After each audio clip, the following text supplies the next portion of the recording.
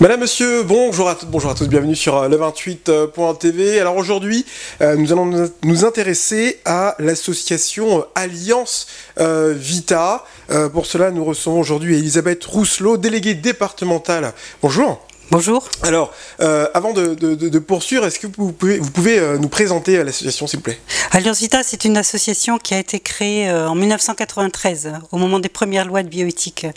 Et son objectif a tout de suite eu deux axes, à la fois sensibiliser les contemporains, nos contemporains sur tout ce qui concerne les sujets de bioéthique, et puis venir en aide aux personnes fragilisées par tous les problèmes de début de vie, fin de vie, handicap, et sur ce volet-là, Alliance Vita a créé 2 sites d'écoute, SOS Bébé pour toutes les problématiques début de vie, grossesse et tout, et SOS Fin de vie, qui porte bien son nom. Alors aujourd'hui, je vous reçois par rapport à une enquête que vous avez menée mardi de cette semaine. Oui, de cette semaine. De cette semaine, dans les rues de Chartres, c'était à la place des Éparts. Vous avez été interroger les hommes. Que leur avez-vous demandé ?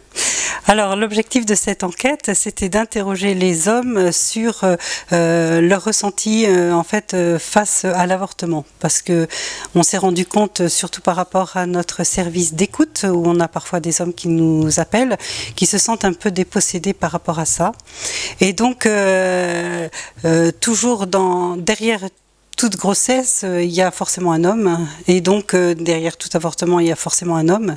Et donc on s'est dit que ce serait original de donner la parole aux hommes, et en plus de la leur donner par le biais des femmes, c'est-à-dire que ce ne sont que des femmes qui ont enquêté auprès des hommes.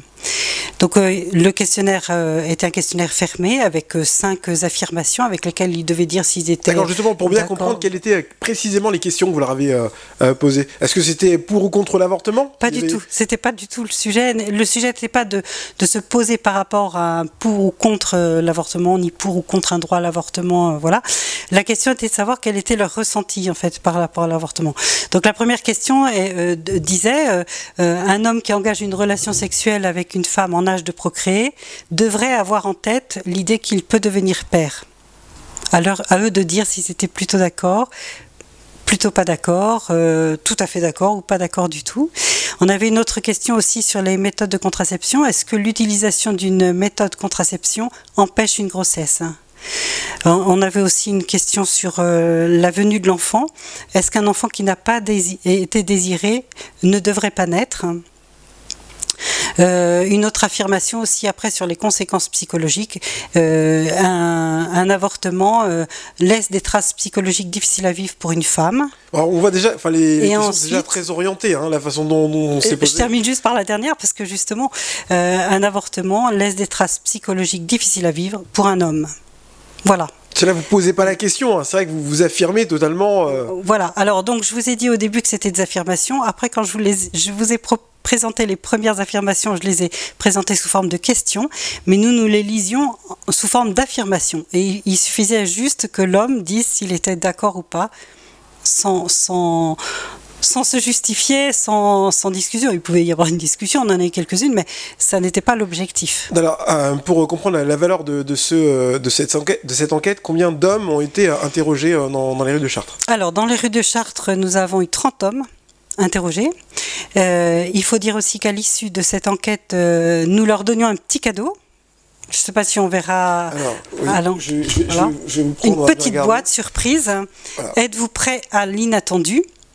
Et à l'intérieur du petit cadeau, il y avait un dépliant qui était plus grand que celui-là parce que je n'en avais plus et qui était sous forme un petit peu ludique de dire si voilà, qui essayait de lever quelques malentendus sur certains sujets entre l'homme et la femme autour toujours de l'avortement. Alors, est-ce que vous pouvez nous faire part des conclusions de votre enquête ? Oui, alors... Ce qui est important quand même de dire, c'est que cette enquête, elle a été lancée dans 70 villes en France en même temps, mardi, entre midi et 2. Donc, il n'y a pas qu'à Chartres qu'elle a eu lieu. Il y a eu à peu près 2700 hommes qui ont été interviewés comme ça, enquêtés. Et les résultats sont assez intéressants parce que ils corroborent un sondage qu'Alliance Vita avait commandité à l'IFOP en septembre et qui disent par exemple que des traces psychologiques, puisque c'est l'affirmation qui a soulevé un petit peu votre réaction, les traces psychologiques, il y en a chez les hommes, il y en a chez les femmes. 87% des hommes ont dit que ça laissait des traces chez les femmes et 77% pour les hommes que nous avons interviewés, nous, disaient que ça laissait des traces psychologiques chez les hommes. Voilà un petit peu ce qu'on peut dire. C'est l'objectif de cette campagne, ou du lancement de cette campagne nationale, parce que ce n'est pas une campagne point à la ligne, c'est vraiment pour essayer de donner la parole aux hommes sur ce sujet-là, et puis de voir, parce que l'avortement n'est quand même pas anodin, de voir quelle part on peut donner aux hommes, justement, par rapport à cet avortement. Non, mais c'est pour bien comprendre la réponse, les réponses que vous avez eues. 77% des hommes disent que ça laisse une trace. Mais si on parle d'avortement, évidemment, que cela va laisser une trace. Enfin, je vois pas à quoi vous vous attendiez dans les réponses. Parce qu'un homme qui a demandé, par exemple, à sa femme, à sa compagne, d'avorter, évidemment qu'il va se sentir concerné, un petit peu sensibilisé à la question. Est-ce que vous auriez pensé que des hommes puissent dire, ou des femmes, parce que là c'était une enquête sur les hommes, mais puissent dire non, ça m'a pas du tout laissé de traces? Eh bien, on a 3% des hommes qui ont répondu non, ça n'a pas laissé de traces. Et nous étions plusieurs enquêteuses. Et à Chartres, moi-même, j'ai interviewé un homme dont la femme a subi un avortement et qui m'a dit non, ça ne laisse pas de traces psychologiques. Donc voilà, l'intérêt était plutôt que de se dire on pense que, l'intérêt était de les interroger directement pour savoir si vraiment ça laisse des traces psychologiques chez certains ou pas. D'accord. Parce que l'avortement laisse des traces psychologiques, mais on ne peut pas dire que l'avortement laisse toujours des traces psychologiques. Il y a des femmes qui disent que non, elles n'ont pas de séquelles de leur avortement. Mais il faut s'y entendre, celles qui disent qu'il y a des séquelles. Voilà. Alors, la petite question que j'ai envie de me poser, que j'ai envie de vous poser, qui est derrière ça, derrière ce questionnaire? Est-ce qu'il y a un parti politique? Est-ce que de ces réponses, vous allez les apporter, je ne sais pas, un candidat à l'élection présidentielle? Est-ce que vous avez déjà votre candidat? Qu'allez-vous faire de cette enquête? Alors, on n'a pas de candidat, il n'y a pas de parti, il n'y a juste qu'Alliance Vita. C'est pas notre première enquête de rue. Et donc, notre idée quand même est d'apporter ça au pouvoir public. Je vais vous donner un exemple. En 2001, la loi Aubry a supprimé les informations concernant les aides auxquelles les femmes enceintes ont droit. Alliance Vita trouvait que c'était un service public, c'est pas une invention d'Alliance Vita, c'est des aides auxquelles les femmes enceintes ont droit à partir du moment où elles débutent leur grossesse. Et donc Alliance Vita a repris ça et a édité un guide des aides aux femmes enceintes. Donc ça, c'est un service public, on peut dire. Alliance Vita, c'est saisi d'un service public. Et donc là, par rapport à cette enquête, c'est la même chose. Plutôt que de dire on pense qu'on a... Alliance Vita est allée directement rencontrer les hommes pour savoir vraiment quel était le ressenti. Et avec les résultats de l'enquête, elle pourra après aller auprès des pouvoirs publics ou éventuellement d'un candidat d'ailleurs qui voudrait travailler le sujet. Enfin, peu importe, elle est tout à fait ouverte en disant voilà, nous on a fait une enquête, voilà quels en sont les résultats et maintenant, qu'est-ce qu'on peut faire avec ça? Donc il n'y a pas de parti derrière, parce que lorsqu'on prend connaissance du questionnaire et de votre histoire, évidemment on vous place plus à droite. Est-ce que derrière vous n'allez pas justement directement aller voir, je sais pas, je veux pas vous attribuer à un parti en particulier, mais voilà, est-ce que vous n'êtes pas déjà en relation avec certains candidats pour pouvoir leur faire leur proposition? Non, on n'a aucun lien avec les partis politiques, aucun. Par contre, c'est vrai qu'on se revendique d'une action politique dans le sens du bien commun, du bien de la cité. Nous allons rencontrer nos députés, quels qu'ils soient, quelque bord qu'ils soient. Nous allons, les membres de l'équipe nationale vont rencontrer les candidats au présidentiel, quels qu'ils soient. Voilà, c'est le sens du politique dans le sens de la cité, mais pas dans le sens d'un parti politique, pas du tout dans le sens partisan. Je voulais avoir votre avis sur un projet de loi qui a été voté hier sur le délit d'entrave au numérique. Il a été reproché à certains sites internet se déclarant de services publics de désinformer sur les possibilités à l'accès à la contraception. Est-ce que vous êtes d'accord avec ce projet de loi et est-ce que vous vous reconnaissez avoir désinformé des femmes qui souhaitaient avorter en fait, des femmes qui se posaient la question sur l'avortement? Alors, nous on a un site d'écoute, SOS Bébé. Donc c'est vrai que ce projet de loi, d'ailleurs la ministre Laurence Rossignol nous a cité le site SOS Bébé, donc on est dans la ligne de mire. On n'est absolument pas d'accord avec ce projet de loi, dans la mesure où justement nous on a un site d'écoute, c'est-à-dire que ce sont des femmes qui viennent sur notre site et qui ont besoin d'être écoutées et qui racontent leur histoire, etc. Ce que vous reprochez, c'est de quelque part leur reprocher, enfin leur enlever l'idée qu'il faille avorter, en fait. Ah non, c'est pas du tout ça. Nous, on est là pour les écouter. Et par exemple, le site du gouvernement, lui, sur le site du gouvernement, le site officiel du gouvernement sur l'IVG, il y a la vidéo d'un médecin qui prétend qu'il n'y a pas de conséquences psychologiques à l'avortement.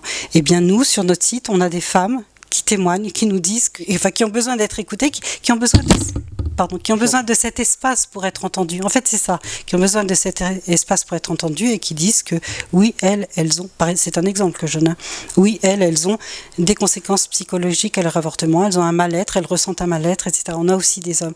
Donc, en fait, on est choqué que le gouvernement propose, d'abord au niveau sur le plan de la liberté d'expression, on a tout à fait le droit d'avoir un avis différent de celui du gouvernement. C'est ces appels, c'est ce suivi de ces personnes, les incitant à ne pas avorter. Mais nous, on n'incite pas. On ne fait qu'écouter, justement. Parce que toute femme, toute personne qui écoute... toute personne qui qui appelle un service d'écoute, qui s'adresse à un service d'écoute, a la solution en elle. C'est l'objectif de l'écoute. C'est que la personne trouve en elle les ressorts des solutions. C'est pas à nous de les donner, les solutions. Et puis si on se place sur le plan de l'information, on peut tout à fait dire que le site du gouvernement, lui, clairement, il désinforme. D'accord. Alors, vous connaissez le 28 TV, l'objectif du 28 TV, voilà, c'est de donner la parole à l'ensemble des Euréliens. Quel message souhaitez-vous adresser aux Euréliens qui regardent cette vidéo ? Bien, le message, je pense qu'on peut adresser, c'est que vraiment, je vais reprendre un petit peu le leitmotiv de notre enquête, c'est qu'il ne faut pas se laisser enfermer dans des idées préconçues et qu'il faut vraiment être à l'écoute des gens et lever les malentendus sur ce sujet de l'avortement qu'il y a entre les hommes et les femmes, parce qu'il y a des malentendus contraceptifs, c'est-à-dire que quand on pense que 72% des femmes qui avortent étaient sous contraceptif. Après, on voit que les hommes ont dit que la plupart des hommes ont dit que l'utilisation d'une méthode de contraception garantissait contre les grossesses imprévues. Donc, il y a une mauvaise... un malentendu entre les hommes et les femmes, par exemple sur le sujet contraceptif. Il y a un malentendu entre les hommes et les femmes sur la sexualité aussi. Il faut lever ce malentendu sexuel. Une femme, un homme, quand il a une relation sexuelle, est-ce qu'il pense qu'il va devenir père, etc. Il y a un grand malentendu dont on parle très peu, c'est le malentendu du temps. Parce qu'une femme, quand elle est enceinte, elle a bien en elle l'idée elle le sent dans son corps qu'elle attend un bébé. Un homme, lui, évidemment, il lui faut le temps pour il se projette, il lui faut du temps pour réaliser tout ça, etc. Et donc il y a ce grand malentendu du temps. Et puis il y a le grand malentendu aussi psychologique, des conséquences psychologiques que peut avoir l'avortement. L'homme et la femme ne réagissent pas de la même façon, mais ils ont aussi des... Avant de finir, deux questions très claires avant de donner le site internet où on pourra vous retrouver et éventuellement vous poser toutes vos questions, peut-être même retrouver les résultats de l'enquête que vous avez menée cette semaine, place des départs à Chartres, pour ou contre le préservatif et pour ou contre l'avortement. Alors, je ne réponds pas à ça. Parce que c'est pas le sujet. Le sujet n'est pas de dire je suis pour ou je suis contre l'avortement. Pourtant, la question est claire et ça permettrait à la personne qui vous regarde de mieux comprendre. Ah non, parce que moi, j'ai pas à dire aux gens ce qu'ils doivent penser. Et justement, l'objectif de cette enquête et de toute cette action d'Alliance Vita et de cette écoute d'Alliance Vita, c'est pas de dire vous devez avorter, vous ne devez pas avorter, vous devez utiliser des contraceptifs masculins ou féminins ou vous ne le devez pas. C'est pas le sujet. C'est pas ça notre sujet. Notre sujet, c'est vraiment l'écoute. Chacun est libre de penser ce qu'il veut. Et par contre, là où quand il y a des souffrances, etc., on est là pour écouter. Et il y a des souffrances entre les hommes et les femmes, hein, dans les couples autour de l'avortement. Et c'est pour ça qu'on fait cette enquête. C'est vraiment ça, notre objectif. C'est pas du tout de dire c'est comme ça que vous devriez faire et pas autrement. C'est entendu, le message est passé. Si on souhaite vous retrouver sur Internet, levonslesmalentendus.alliancevita.org. L'adresse s'affiche en bas de votre écran. Elisabeth Rousselot, merci, merci à vous d'avoir accepté notre invitation. Et puis, à bientôt. À bientôt. Merci d'avoir suivi. Je vous rappelle que l'actualité de votre département d'Eure-et-Loire, vous la retrouvez aussi sur notre site internet au www.le28.tv. Et je vous donne rendez-vous sur notre page Facebook pour tous vos commentaires si vous souhaitez poursuivre le débat. Merci et bonne journée à tous.